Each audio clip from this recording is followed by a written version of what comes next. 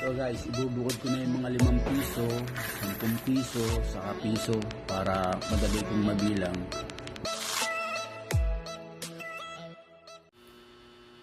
Hello guys, magandang umaga sa inyo. Ako po ito, si Gelo Coins TV. Ito ngayon guys ang ating pag-uusapan for sharing lang po.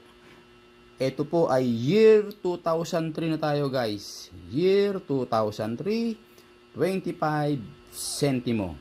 Kapag ganito ang kondisyon ng inyong mga barya, ito po ay walang added value. Ito po ay common coins guys. Napakarami po ang lumabas nito. Kaya yung mga gantong barya guys, huwag na po kayong umasa na ito po ay bibili ng mga kolektor.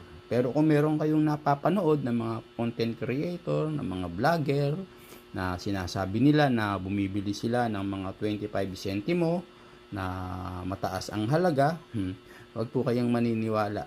Hindi po yun totoo. Ito po ay non-magnetic 2003. Ito po ay common coins. Tingnan natin kung may didikit. Ibig sabihin guys, walang dumikit. Lahat ito guys ay non-magnetic. Ito po ay umiiral pa rin sa atin guys. Ito po ay pwede pa ninyong gastusin, ipambili. At ito rin ay sinusukli pa sa atin sa mga supermarket. Minsan nga sa mga Mercury Drug, sa mga butika. Sinusukli pa sa atin yan. Ito po ay umiiral pa rin sa atin.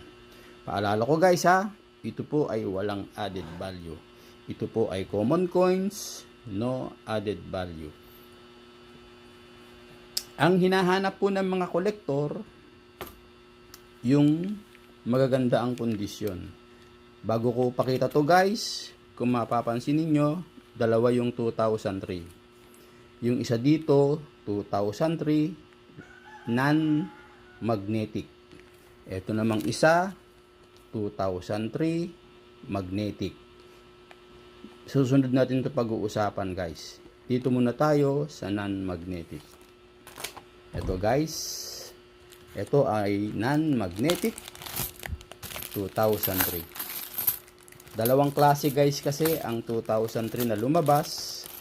Yung isa non-magnetic. Ito po yun, yung nauna, non-magnetic. Ayan. Ito muna ang pag-uusapan natin, yung non-magnetic. Susunod nating pag-uusapan yung magnetic. Ito guys, lahat ito 2003, lahat ito non-magnetic. Kapag ganito po ang kondisyon ng inyong mga barya, kahit ito ay common coins, ito po ay mayroong added value. Hinahanap din to ng mga kolektor o binibili rin ito ng mga kolektor. Ang value po nito, 17 pesos kapag AU condition, kapag UNC naman, 34 pesos. Pag ganito ang kondisyon guys, mas maganda. Okay. So, lahat to guys, non-magnetic, walang dumidikit sa magnet. Yan guys, mabuti. Yung iba dyan, maganda. Yan. Huwag nyo lilinisin guys yung inyong mga barya ha. Alam ng kolektor kapag nilinis ang barya.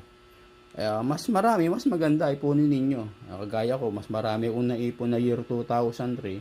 Kasi po, common po ito. Marami po ang lumabas nito. Kaya marami kong nahanap na magaganda. Tapos itong mga pangit, wala na yon. Gagastusin ko na yon. Papapalitan ko na yan sa bangko. Ito guys, ang value nito, 17 pesos hanggang 34 pesos.